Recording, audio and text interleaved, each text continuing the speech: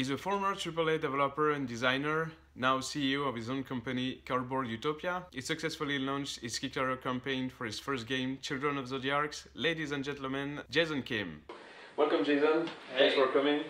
So, can you introduce yourself? So my name is... Did I talk to you? Yeah. Well, my name is Jason. I'm the CEO and creative director for Cardboard Utopia. Alright, cool. So, then the first question I ask also all my guests, so how did you come to work in the video game industry? The moment where I fully made my decision, I think was in like, '93 or something. Alright. Like I was a young kid when I was reading Game Players magazine, the one with like Earthworm Jim 1 or 2, I forget, on the cover. But inside was an article for talking about DigiPen. Yeah. In Vancouver. It was already existing. Yeah. In the Oh well. Okay. It's one of the '90s. I forget when it was exactly. Yeah, but it's okay. But yeah, and then so that's when I realized, like, holy crap! You mean like it's possible for me to be a game developer? Because I always felt like growing up, it always felt like that was something that other people it was unreachable. Exactly, not you, just special people. Some people from a weird, magic, faraway land, like they were the ones that made. They were the chosen ones. Yeah, exactly. And so, but then this was where it became like, holy crap, this is real. I can actually do this. And yeah, since that moment, every like school course I took and everything, I was gearing it towards working in game development. All right. So where did you work? So my first job, my first industry job was at it was here in Montreal at Artificial Mind Movement. All right. So it's behavior now. Yeah. Back then it used to be called. Well, I think it used to be called behavior. Yeah, way back in Quebec. So it's behavior, then artificial mind movement, and then back to behavior. Yeah, I guess like just A2M was too unfortunate of a name. So yeah. All right, and then you work also in different other places? Yeah, after that, after about almost 5 years there, I then went to Ubisoft Montreal. Okay. Excuse me. I went to Ubisoft Montreal, and I was there about like 5 years as well. Okay. Before just like leaving the mainstream industry and starting Cardboard Utopia. All right, so yeah, then that's my next question. So thanks for the transition. So when and how did you feel that it was time to go indie for you? Well, around the time that, like about 4 months before I left, just a lot of really serious personal stuff happened, and so I just kind of took a closer look at my life and like what I was doing and what I wanted to do. And it was just very much like, I'm not happy here. I'm not happy working on games I don't care about, and working for a company that doesn't give a crap about me and that has no loyalty to me, despite everything that I show it. And this setting that I was in at Ubisoft in the AAA space is good for some people. Awesome. So there are people that love it and that thrive in it, and that's great because that's how we get great. Great games. Yeah, exactly. Yeah. But it just wasn't for me.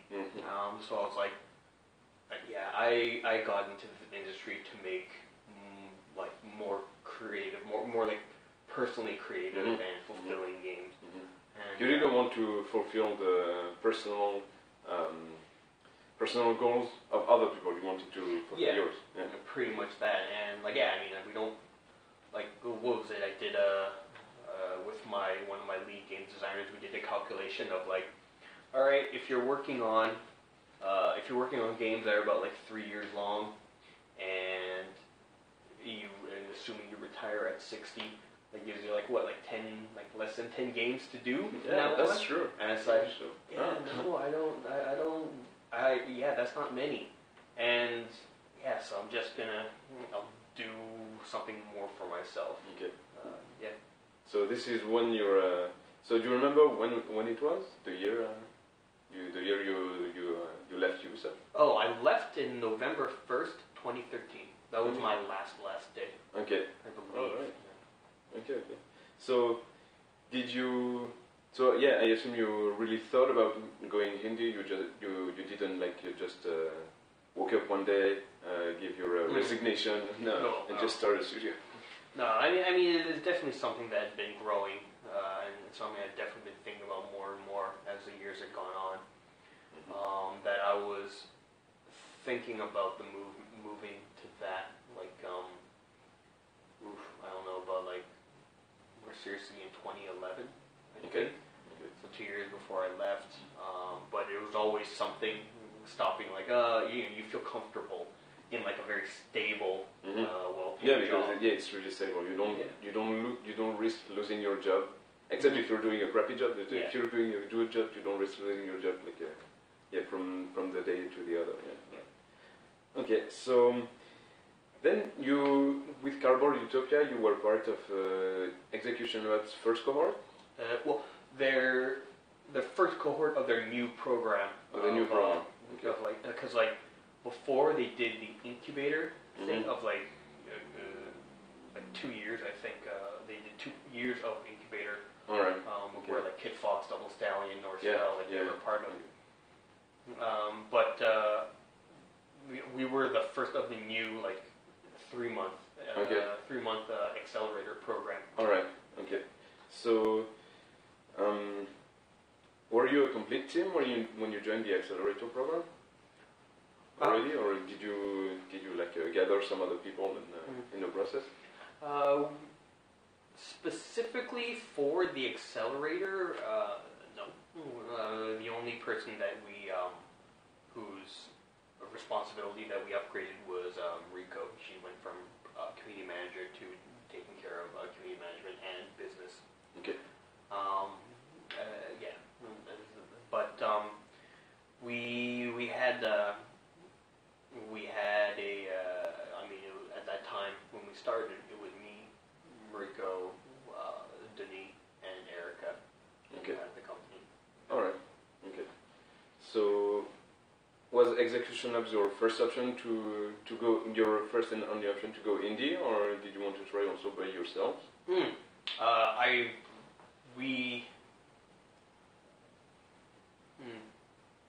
think it was about. We've been running for like almost a year or half a year before we even applied to Execution Labs. Okay. Yeah, because like the company was officially started in March 2014, and I think we applied to Execution Labs in like November 2014. Okay. Something like that. Okay. Right. Yeah, just because like, I mean, we were going to go ahead with it regardless of getting into Execution Labs or not. Because like, I mean, a big thing that I've learned is that you need to have fallback plans, and like what's your expected path you're going to be taking, what's the worst case scenario path, and what is the like an ideal path. And like so because we had to apply to Execution Labs, and ultimately the decisions are up to us, it's up to them and their deliberations about who they're going to let into that cohort. So since that was not fully in our control, that was very much like the more ideal path. Yeah, so it wasn't what we planned to take. Okay. So during those 3 months, what did you like the most about this program? The coolest thing was like, I mean, it was meeting other developers, not just from Montreal, but like also in other studios around the world, like in Slovenia and Romania. Yeah, that's true, because they opened like the application to other teams around the world. Yeah, that was the first one to be international, and so that was cool. That was really awesome, and because I like meeting other game developers. Yeah, and sharing the culture. Oh, right, great. So, and also, I think during the accelerator, you have also meeting with some mentors, I think. Yeah. Right. So, did you meet some other people that helped you during the development? A few, but like we met a few, and so that was really cool. Like to get kind of because a lot of them were business oriented, and we for our team we were developers. We didn't have much experience on the business side, so yeah, that was pretty cool to meet meet people on the business side and start getting like kind of advice from that area, and then like seeing from their experience, kind of gain information on how to merge those two elements together as you know as a small company. Yeah. All right. So and then, what advice would you give to other developers watching maybe right now, but also on for the YouTube part, like about going indie? Well, because it's a risk. Not everybody is ready to take it. yeah. So. Well, the biggest thing, I mean, like, I don't know. Everyone's financial situation is different, so, and I mean, obviously, that's one of the biggest, most obvious things that stops people or, like, allows people to go indie. But, so I'll talk about, like, something less obvious, yeah. And which is networking. Meet, like, you know, if you have local events in your city or events that are very easy to go to, like maybe like a 20-minute, 40-minute drive or something, go to them. Meet other, you know, if you're a student, meet other students. Go to game jams and take part in those. Just meet people, because like there are a lot of indie studios that start up because like they're really passionate about. Well, more that like other developers that are in my situation of they've been working in the industry for like a long time and then they decide to go indie.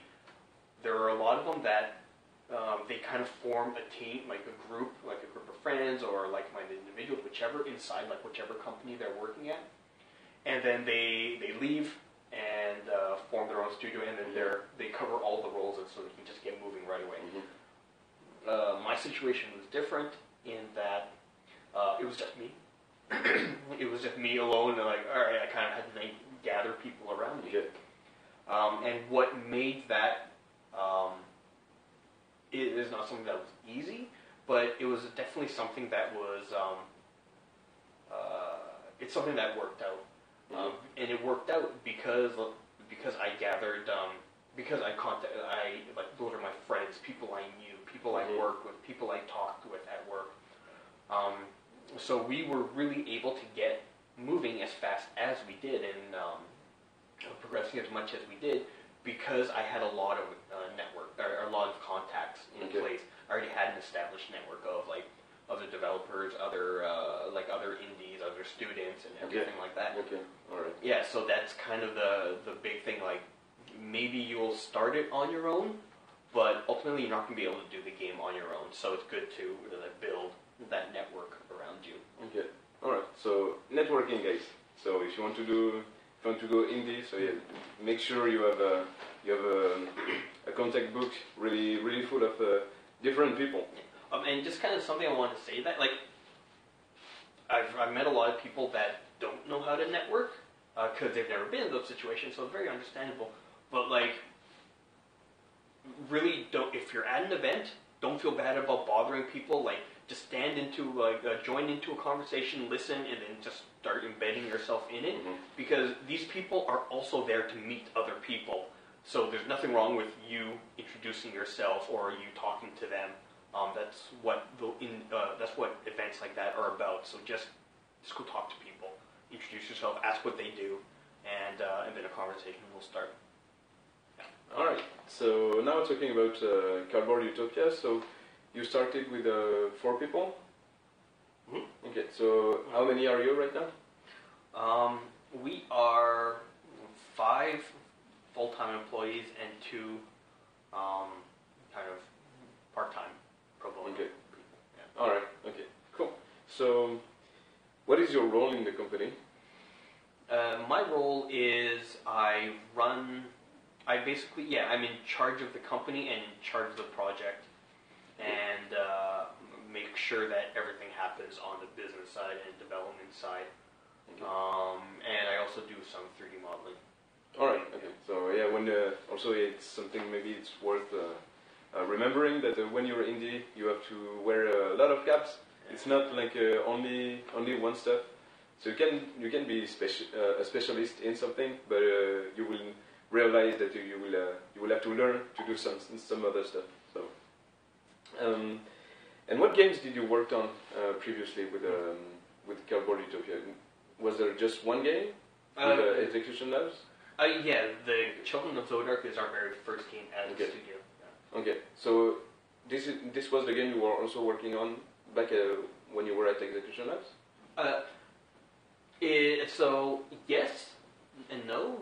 Like the game used to be called War of Zodiarcs, but we ended up changing it, like rescoping it, and then because that also changing the focus of the story, that the old title didn't really work. But like what we carried over was all the lore, all the world lore that we built, and all the game mechanics that we had, and all the prototyping that we did, and some of the characters. So yeah, then talking about the game, so Children of Zodiarcs, right now on Kickstarter. So go fund it because it's a really cool project. But we'll talk about more about the Kickstarter afterwards. But about the game in itself, so what was your inspiration when building the game? The two big inspirations were from.